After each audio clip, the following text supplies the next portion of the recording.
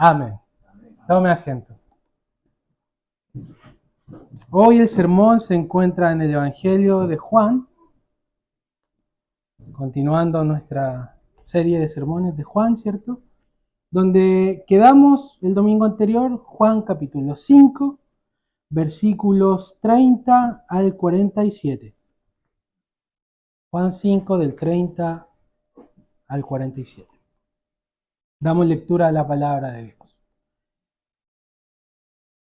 Jesús está hablando a propósito. No puedo yo hacer nada por mí mismo. Según oigo, así juzgo, y mi juicio es justo, porque no busco mi voluntad, sino la voluntad del que me envió, la del Padre. Si yo doy testimonio acerca de mí mismo, mi testimonio no es verdadero. Otro es el que da testimonio acerca de mí, y sé que el testimonio que da de mí es verdadero. Vosotros enviasteis mensajeros a Juan, y él dio testimonio de la verdad. Pero yo no recibo testimonio de hombre alguno, mas digo esto para que vosotros seáis salvos. Él era antorcha que ardía y alumbraba, y vosotros quisisteis regocijaros por un tiempo en su luz. Mas yo tengo mayor testimonio que el de Juan, porque las obras que el Padre me dio para que cumpliese, las mismas obras que yo hago dan testimonio de mí que el Padre me ha enviado. También el Padre que me envió ha dado testimonio de mí. Nunca habéis oído su voz, ni habéis visto su aspecto, ni tenéis su palabra morando en vosotros, porque a quien Él envió, vosotros no creéis. Escudriñad las Escrituras, porque a vosotros os parece que en ellas tenéis la vida eterna, y ellas son las que dan testimonio de mí. Y no queréis venir a mí para que tengáis vida. Gloria de hombres no recibo. Mas yo os conozco que no tenéis amor de Dios en vosotros. Yo he venido en nombre de mi Padre y no me recibís.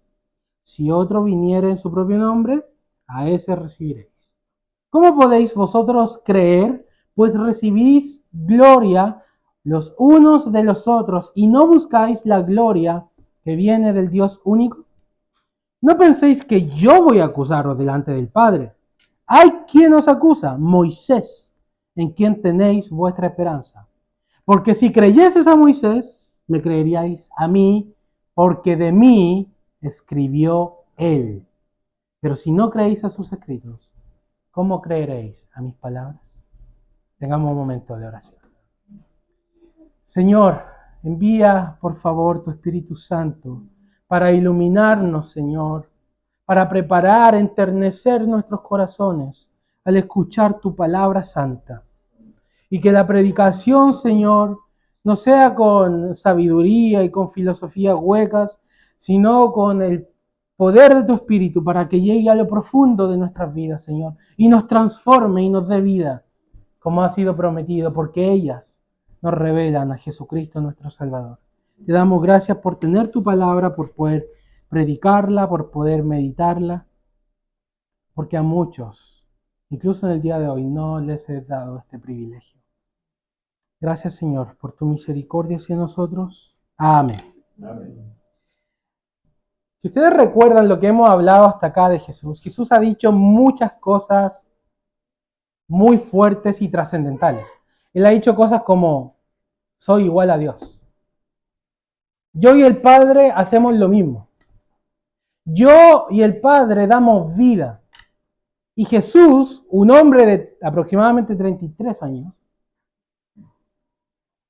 le dice a estos judíos que él, al final de los tiempos, su voz va a resucitar a todos los que estén en los sepulcros. Eso lo dice en los versos 27 al 29, lo último que vimos nosotros en el sermón anterior. Entonces, si nosotros meditamos un poquito de lo que Jesús está diciendo, son palabras súper fuertes para que los diga un hombre de carne y hueso, ¿no? Nosotros no llegaríamos, tendríamos ciertos atisbos de duda de creer si alguien se pone a declarar ese cierto tipo de cosas. ¿Cómo que usted igual a Dios? ¿Cómo que usted y el Padre son uno? ¿Cómo que su voz va a resucitar a todos los muertos el último día? Entonces, lo que va a hacer Jesús ahora es dar pruebas, dar evidencias de lo que Él dice. No, Él no lo dice de Él mismo, que a Él no se le ocurrió solo, sino que Él es un enviado de Dios y todo lo que dice es corroborado por Dios mismo. Entonces Jesús no habla por sí mismo, ni hace cosas por sí mismo, sino que Él es enviado por el Padre. Entonces Él va a finalizar su discurso, que comienza en el versículo 17, presentando evidencias, presentando testimonios, para que esos testimonios, dice Jesús, reflejan que todo lo que yo digo es cierto y que ustedes tienen que creerme a mí. Y si no creen a mis palabras y son tan maravillosas para ustedes, entonces miren las evidencias que les estoy mostrando. Y eso es básicamente lo que va a hacer aquí. Entonces todos los testimonios apuntan hacia Jesús. La predicación profética apunta a Jesús. Los milagros apuntan hacia Cristo, que Él es el enviado. La voz del Padre dada en el bautismo apunta a Jesús. Y por sobre todo, la última y gran prueba de Jesús es que las Escrituras mismas dan testimonio de Él. Entonces, así como este famoso dicho, todos los caminos llegan a Roma, todas las evidencias llegan a Jesús. Como todos los grandes ríos desembocan en el mar, así también todas las pruebas desembocan en esta declaración. Jesucristo es Dios, Jesucristo es enviado por Dios y Jesucristo es el Salvador del mundo. Entonces lo que va a hacer Jesús es demostrar sus afirmaciones a través de sus testigos. Entonces el título de este sermón reza: la médula y alma de las Escrituras. La médula y alma de las Escrituras. ¿Quién es la médula y el alma de las Escrituras? Jesucristo. En el versículo 31, Jesucristo dice que si Él da testimonio acerca de sí mismo, su testimonio no es verdadero. Ahora, lo que quiere decir aquí no es que lo que Él dice no sea verdadero per se, sino que Él está hablando en un lenguaje que los judíos conocían, que es un lenguaje judicial. Para presentar una afirmación delante de un juez, se necesitan ¿cuántos testigos? Mínimo, de acuerdo a la ley. 2. ¿Cierto? Entonces Jesús dice, si yo hablara por mí mismo y no tuviera pruebas ni testigos que corroboraran lo que yo digo, está bien, mi testimonio no es verídico. No significa que su testimonio no sea verdadero, por el mero hecho de decirlo. Pero él lo que está apuntando es que él tiene testigos. Él tiene cosas que corroboran, evidencian que él es el enviado del Padre. ¿Cuáles son estas evidencias? Y él va a mencionar en nuestro pasaje 4 evidencias. El testimonio profético de Juan el Bautista, los milagros que él hace, en tercer lugar, la voz del Padre dada en el bautismo, y en cuarto lugar, las Escrituras. Entonces, primero, él parte con el testimonio de Juan, en el versículo 33 al 35. Él dice, ustedes enviaron mensajeros a Juan y él dio testimonio de la verdad. Y el versículo 35 dice, él era antorcha que ardía y alumbraba, y ustedes quisieron regocijarse en su luz por un tiempo. No se había levantado un profeta desde el último profeta, que fue Malaquías. Así termina en el Antiguo Testamento, ¿cierto? Con la profecía de Malaquías. Pasaron 400 años y no se levantó un solo profeta. Luego de los 400 años, Dios llama a un hombre a profetizar. ¿A quién? A Juan el Bautista. Y Juan el Bautista era un hombre muy peculiar, ¿cierto? Ustedes lo conocen. Ya hemos hablado del de hecho. Era un hombre que predicaba con mucho poder del Espíritu Santo. Y toda Jerusalén salía a él a escucharlo al desierto. Entonces los judíos, preguntándose quién sería este profeta que había sido levantado en un periodo de 400 años de silencio, es algo grande, ¿cierto? Se levantó un profeta. Fueron y le consultaron. ¿Qué le consultaron? ¿Eres tú el Cristo? Eres tú el Mesías, el ungido, el que había de venir. ¿Y qué dice Juan?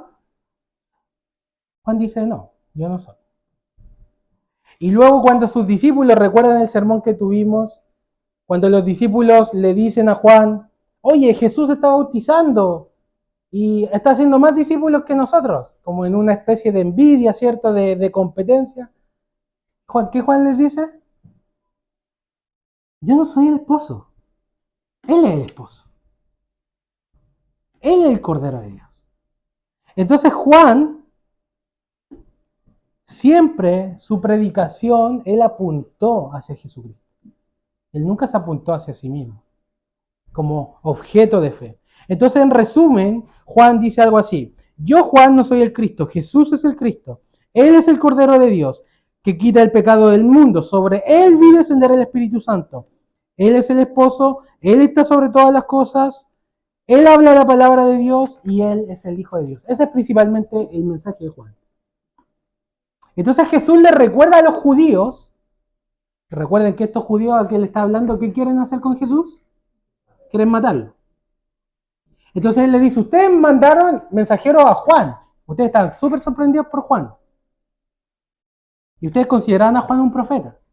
Y ustedes mandaron mensajeros a Juan y le preguntaron, y él dio testimonio de mí. Entonces le está diciendo, Juan dio testimonio de mí. Él era una antorcha que ardía y alumbraba en sus tinieblas. Él preparó el camino, él enfocaba a Jesús. La predicación de Juan era principalmente, viene uno, después de mí, del cual yo no soy digno de atarle los zapatos, ¿cierto? De atarle los cordones de su calzado. No soy digno ni siquiera de eso. Yo los bautizo con agua, pero viene uno que los va a bautizar, Espíritu Santo y fuego. Esa era la predicación de Juan. Entonces yo quiero llevarlos a aplicar inmediatamente esto a nuestra vida. Y es que no nos predicamos a nosotros mismos, sino a Jesucristo crucificado. La predicación, hermanos, no se trata de predicar a hombres, se trata de predicar a un solo Señor, a Jesús. Y Juan demostró que la excelencia de todo aquel que habla en nombre de Dios consiste en solo una cosa. No consiste en su elocuencia, no consiste en su fama, no consiste en sus números. Consiste en una cosa. Habla o no habla de Jesucristo. Enfatiza o no enfatiza el mensaje de salvación. Es una antorcha que alumbra y arde. Pero para alumbrar ¿a quién? A Jesús. Juan era una antorcha que ardía y alumbraba, que apuntaba hacia Jesús. Y en eso, hermanos, consiste la excelencia de la predicación. Entonces, déjame aplicar esto de inmediato. Nosotros como oyentes, ¿qué es lo que debemos buscar? Donde tenga la mejor calefacción, donde tenga las mejores sillas, donde la iglesia esté llenísima, repleta. Hermanos, hay iglesias repletas que no parecen iglesias. De acuerdo al testimonio que Jesús está dando acá de Juan, ¿qué es lo que nosotros debemos buscar de la predicación? Debemos buscar que se anuncie a Cristo. La palabra debe ser cristocéntrica. Debemos buscar antorchas que alumbren hacia Jesús. Él es el que da vida. Entonces nosotros, como oyentes de la palabra y de la predicación de la palabra, nosotros tenemos que anhelar y tener hambre de escuchar de Cristo. No escuchar moralismo barato, sino escuchar de la gloria, la misericordia, la excelencia de Jesucristo. Ustedes me tienen que decir a mí, ¿qué me vas a decir de Cristo hoy? Yo quiero conocer a Jesús, quiero encontrarme con Jesús. No quiero escucharte a ti, quiero escuchar a Jesús. Todo ministro y la excelencia del ministerio y la predicación de la palabra y todo el que habla en nombre de Dios será medido por esta vara. ¿Es una antorcha que alumbra hacia Jesús o no es una antorcha que alumbra hacia Jesús? Esa es toda la diferencia. Y nosotros debemos buscar esas antorchas. Porque queremos conocerle a Él. Queremos que nos hablen de Él. Esto también se aplica a nosotros. ¿Qué es lo que la gente necesita? ¿Qué es lo que le hablamos a la gente cuando le evangelizamos? Hemos aprendido a evangelizar, ¿cierto? En las escuelas de discipulado. Hemos aprendido a evangelizar. ¿Pero qué le vamos a hablar? ¿De la iglesia presbiteriana? ¿Les vamos a hablar de que tenemos sillas cómodas? ¿Les vamos a hablar de que tenemos un ambiente ameno? ¿Qué la gente necesita escuchar? La gente necesita escuchar de Cristo. Necesita escuchar de la salvación, del único nombre dado a los hombres en el cual podemos ser salvos. Entonces nosotros tenemos que hablar de Cristo. Cristo es el centro. Tenemos que decir como Juan, mira el Cordero de Dios. Él quita el pecado del mundo. Él es digno. Él es poderoso. Él es misericordioso. No nos predicamos a nosotros mismos, dice el apóstol, sino a Jesucristo. Y hermanos, es nuestra misión. La gente necesita de Jesús. La gente necesita de Jesús. ¿Qué tenemos que hablarle a la gente entonces? De Jesús. Sea una antorcha que alumbra y que arde hacia una dirección, hacia Jesucristo. Vamos a empezar los grupos en casa, ¿cierto? Están todos emocionados, ya quieren empezarlo. ¿Qué van a hacer los grupos en casa, hermanos? Tienen que ser antorchas. La gente vaya y se encuentre con Cristo. Nuestros cultos tienen que ser una antorcha. Nuestras vidas tienen que ser antorchas. Porque el propósito, la vida, se encuentra solamente en Él. En Él estaba la vida. Y la vida era la luz de los hombres. Juan el Bautista vino para testimonio de la luz. Inmediatamente el apóstol recalca, ¿no era Él la luz? Yo no soy la luz, hermanos. Ustedes no son la luz en el sentido de que somos luz que da vida. Es Jesús.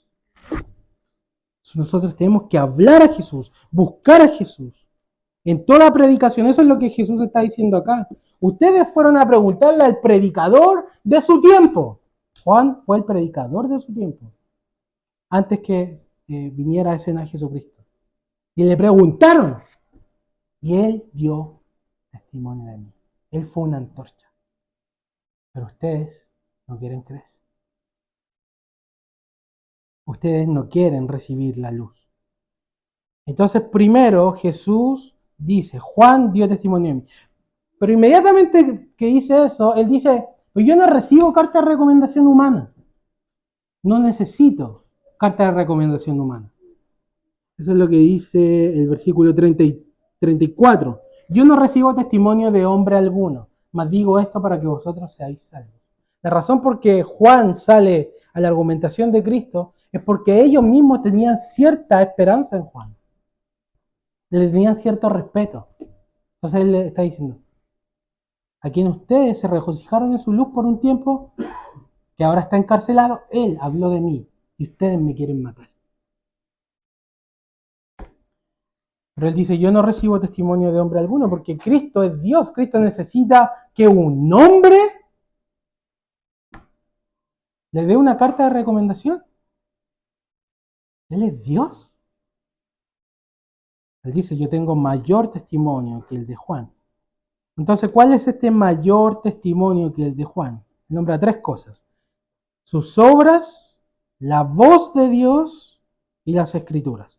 Entonces, primero sus obras, eso lo dice el versículo 36. Yo tengo mayor testimonio que el de Juan, porque las obras que el Padre me dio para que cumpliese, las mismas obras que yo hago dan testimonio de mí, que el Padre me ha enviado. ¿Qué son las obras de Jesús? Son sus milagros. Son sus grandes prodigios, lo que Él hace. En este capítulo, este discurso nace de una controversia que él tiene con los judíos. ¿Por qué? ¿Pero qué es lo que pasó? Él sanó a un hombre, ¿cierto? Al paralítico. Levántate, toma tu lecho y anda. 38 años de miseria se levantó. Entonces Jesús dice, el poder que yo tengo, las cosas que yo hago, dan testimonio de que todo lo que yo digo es verídico, es verdad. Las obras que yo hago me las dio el Padre para las que las hice. De hecho, si nosotros viéramos algo milagroso, algo espectacular, inmediatamente seríamos como anonadados por eso. Jesús tenía muchos milagros, muchos, y todos ellos hablaban de que Él era el enviado del Padre. De hecho, en Juan 10, los judíos procuran apedrear a Cristo y Cristo les dice, ¿por cuál obra? Muchas buenas obras le he mostrado, ¿por cuál de ellas me apedreáis?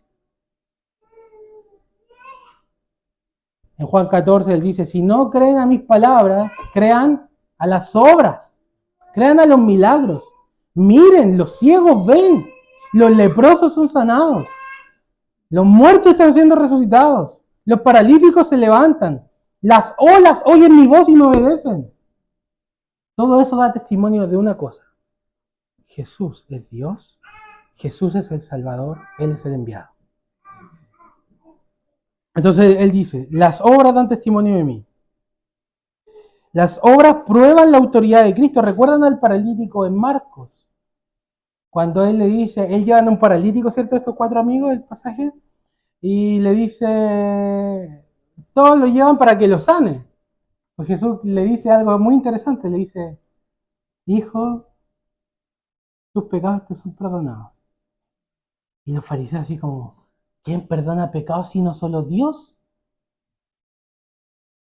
Y Jesús le dice, para que sepáis que yo tengo autoridad de perdonar pecados, se dirige al paralítico, levántate. ¿Y qué pasa? ¿Qué hace el milagro? Prueba que Él tiene la autoridad de perdonar pecados. Eso es lo que hace el milagro. El milagro es una confirmación de la autoridad, la divinidad de Cristo. Entonces Cristo dice, las obras que yo hablo son mayores que el testimonio que pueda dar un hombre de mí. Porque las obras son las obras que me dio el Padre. Entonces el Padre, a través de los milagros, está dándole testimonio a ustedes de que yo soy el elegido. Esta fue la lógica que siguió Nicodemo. ¿Recuerdan a Nicodemo en Juan 3 cuando se acerca de noche a Jesús? No quería ser descubierto, ¿cierto? Este anciano, maestro de la ley, principal de la sinagoga, doctor en teología. Le dice, sabemos que has venido de Dios. ¿Por qué? Porque nadie puede hacer las cosas que tú haces si no está Dios con él. Nicodemo sinceramente llegó a cuestionarse si todo lo que estaba viendo realmente él era un enviado de Dios. Y él llegó a la conclusión correcta. Lo mismo le pasa al ciego en Juan 9, cuando lo interrogan. Y el ciego le dice, bueno, yo sé una pura cosa, que yo era ciego y ahora veo. Y esto es lo maravilloso del asunto, dice el ciego, que sabemos que Dios no oye a los pecadores. Pero si alguno es temeroso de Dios, Dios lo oye. ¿Qué estaba diciendo? Este viene de Dios, obviamente, porque ¿quién va a sanar a un ciego si no viene de Dios? Era lógica correcta, lo mismo Nicodemo. Entonces los milagros, está diciendo, las obras dan testimonio de mí. Los milagros que yo hago son mis testigos delante de ustedes. Primer testigo, bueno, segundo en realidad, porque ya mencionó Juan, pero él dice que él tiene mayor testimonio que Juan. Luego dice, el Padre da testimonio de mí, versículo 37, y luego él dice algo interesante, nunca habéis oído su voz. Y esto, la mayoría de los eruditos piensan que tiene referencia a la voz que él recibió en el bautismo, cuando fue bautizado por Juan, se abrió el cielo, ¿cierto? Una voz, o sea, descendió el Espíritu Santo en forma de paloma, y una voz del cielo se escuchó, este es mi hijo amado en quien tengo complacencia. Entonces la voz misma del cielo dio testimonio de Jesús. Ese es otro testigo. Y finalmente las escrituras. Tenemos ahí del versículo 38 al 39 y del 45 al 47. Jesús parte reprendiendo a los judíos. Le dice, ustedes, verso 38, ustedes no tienen la palabra de Dios morando en ustedes, porque a quien Él envió, ustedes no creen. Ahora, yo le hago una pregunta. ¿Los judíos conocían la palabra de Dios? ¿O era gente esotérica, como dijo la ley? ¿Eran estudiosos de la ley? Eran muy versados de la ley. Como decía el hermano, de niños se les preparaba para leer las escrituras. Y no solo leerlas, sino también ellos estudiaban los libros de interpretación que tenían los rabinos. Y todos los sábados se reunían en la sinagoga, ¿saben para qué? Para escuchar la ley y los profetas. Eso hacían los judíos. Pero es lo mismo saber la palabra que tenerla morando en uno. Jesús les dice, ustedes no tienen la palabra de Dios morando en ustedes. No está habitando la palabra de Dios en ustedes. Entonces no es lo mismo escuchar la palabra que la palabra permanezca en uno. No es lo mismo escuchar que escuchar para obedecer la palabra y que para practicar la palabra. Entonces nosotros, la iglesia reformada, presbiteriana, ¿cierto? Somos, bueno, en otras partes, acá no somos tan famosos, pero en otras partes se nos conoce porque somos estudiosos de la Biblia, nos gusta estudiar la Biblia. Pero un gran mal de nuestras iglesias, hermanos, es que nosotros podemos estudiar mucha Biblia y podemos practicar poca. Y eso es un vicio horrible. Porque a mayor luz hay mayor demanda de parte de Dios. Entonces, escuchar sana doctrina, tener título de iglesia bíblica, no es lo mismo que la palabra permanezca en nosotros. Porque la palabra puede entrar por nuestro oído derecho el domingo y puede salir por nuestro oído izquierdo el lunes. Y puedo escuchar a Dios hablándome a mi vida un día y al siguiente olvidarlo. Jesús los acusa de eso a los judíos. Ustedes no tienen la palabra de Dios morando en ustedes, a pesar de que la conocían. Podemos tener 30 Biblias en nuestras casas, hermanos, Biblia con comentarios, Biblia exegética, Biblia homilética, Biblia de estudio, Biblia apologética, Biblia de todas las Biblias que quiera usted. Y podemos leer la Biblia y estar delante de la Biblia. Pero si la palabra de Dios no entra y permanece en nuestros corazones, ¿servirá de algo? Lo único que hace es aumentar nuestra condenación. Si nosotros, hermanos, y yo le digo esto con mucho temor, si nosotros decimos que somos una iglesia bíblica y cristocéntrica, pero a la vez no practicamos aquello que decimos ser, nosotros somos la peor iglesia evangélica de Ancud, la peor. Porque teniendo la verdad, no la practicamos. Esa es la peor. Entonces, mis hermanos, este es un horrible mal del cual debemos curarnos. No tener la palabra morando en nosotros. El Señor les dice que ellos no tenían la palabra morando en ellos mismos. Entonces, a la hora de que nos acercamos a la lectura y meditación de la Escritura, o que nos acercamos a los sermones, ¿cuál debe ser la disposición de nuestro corazón? Debemos escuchar con un deseo sincero para poner en práctica aquello que estamos escuchando. Si nosotros nos acercamos a la Biblia por mero deporte, por mero hecho de saber, de llenar nuestro cerebro con información, Hermanos, no está bien que sea así. Tenemos que tener un corazón sincero para hacer lo que la Biblia nos ordena, nos promete, nos advierte. ¿Qué dijo Jesús en Lucas 6, versículo 46? ¿Por qué me llamáis Señor, Señor? Y no hacéis lo que yo os digo. ¿Quién es el que ama a Jesús? El que hace su voluntad, el que guarda su palabra.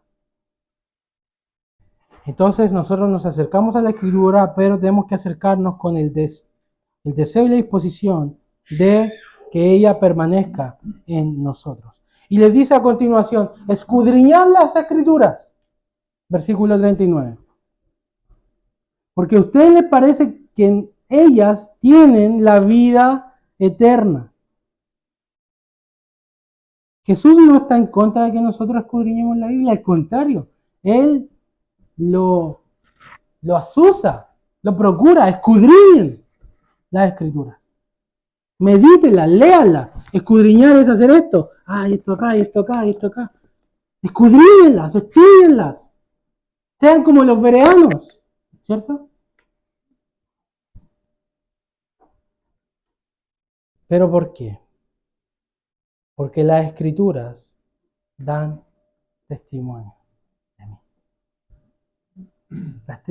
Así como Juan apuntaba y era una antorcha hacia Jesús, así como los milagros son señales que indican hacia Jesús, las Escrituras también son otro río que corre y desemboca en Jesucristo el Señor. El fin de la Escritura es que nosotros nos encontremos con Cristo. El mensaje de este libro es la salvación por fe en Cristo Jesús, de principio a fin. Eso es todo lo que este libro se trata. Ahora, ¿cuán irrisorio es esto? Los judíos leían todas las semanas la Biblia. Todas las semanas. El apóstol Pablo en Hechos, capítulo 13, les dice, los habitantes de Jerusalén y sus gobernantes, no conociendo a Jesús ni las palabras de los profetas que se leen cada día de reposo. Podemos leer la Biblia y estar ciegos, ¿o no? Como los judíos. Ellos no podían ver a Jesús. Ellos no podían ver a Jesús. ¿Qué es lo que las Escrituras revelan? Desde el principio, hermanos, desde la caída del hombre, que se le prometió a Adán y Eva. Vendrá una simiente que aplastará la cabeza de la serpiente. Que se le dijo a Abraham, en tu simiente serán benditas todas las naciones de la tierra. Y Noé, cuya arca los cubrió de la ira de Dios. ¿Qué hace Cristo? Cristo es nuestra arca que nos cubre del castigo venidero. Cristo es el mejor José que sufrió injustamente para luego ser alzado. Él sufrió, fue humillado y fue exaltado, así como José. Él es el mejor Sansón que salva a su pueblo a través de la muerte. Y Sansón mató muchos más filisteos por su muerte que los que había matado en su vida. De la misma forma, Cristo alcanzó mucho más salvación en su muerte, porque su muerte es la que nos redimió. Cristo es el hijo de David, el rey prometido. Cristo es el Mesías de quien Isaías escribió, vendrá uno que llevará nuestros pecados, en Isaías 53. Y todas las Escrituras, hermanos, en cada hoja donde usted escudriñe, puede encontrar a Jesús. Y ellos leían todos los sábados las mismas cosas. Y cuando Jesús estaba enfrente de ellos, querían matarlo. Cuán terrible es el pecado, hermanos, que nos enceguece, nos nubla para no ver a Jesucristo.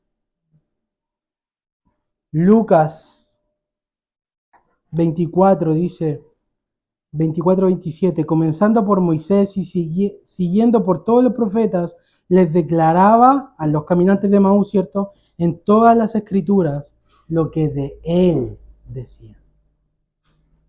El versículo 44 del mismo capítulo dice, era necesario que se cumpliese todo lo que está escrito de mí en la ley de Moisés, en los profetas y en los salmos. Y le abrió el entendimiento para que entendiesen las escrituras y les dijo, así está escrito y así fue necesario que el Cristo padeciese y resucitase al tercer día.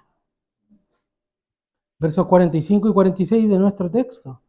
Les dice a los judíos, yo no los voy a acusar delante de mi Padre. Ustedes tienen que los va a acusar. ¿Saben quién los va a acusar? Moisés los va a acusar. Ellos decían, nosotros somos hijos de Moisés. Moisés se va a poner como un testigo contra ustedes. Porque Moisés escribió de mí. ¿Qué dijo Moisés? Se va a levantar un profeta como yo.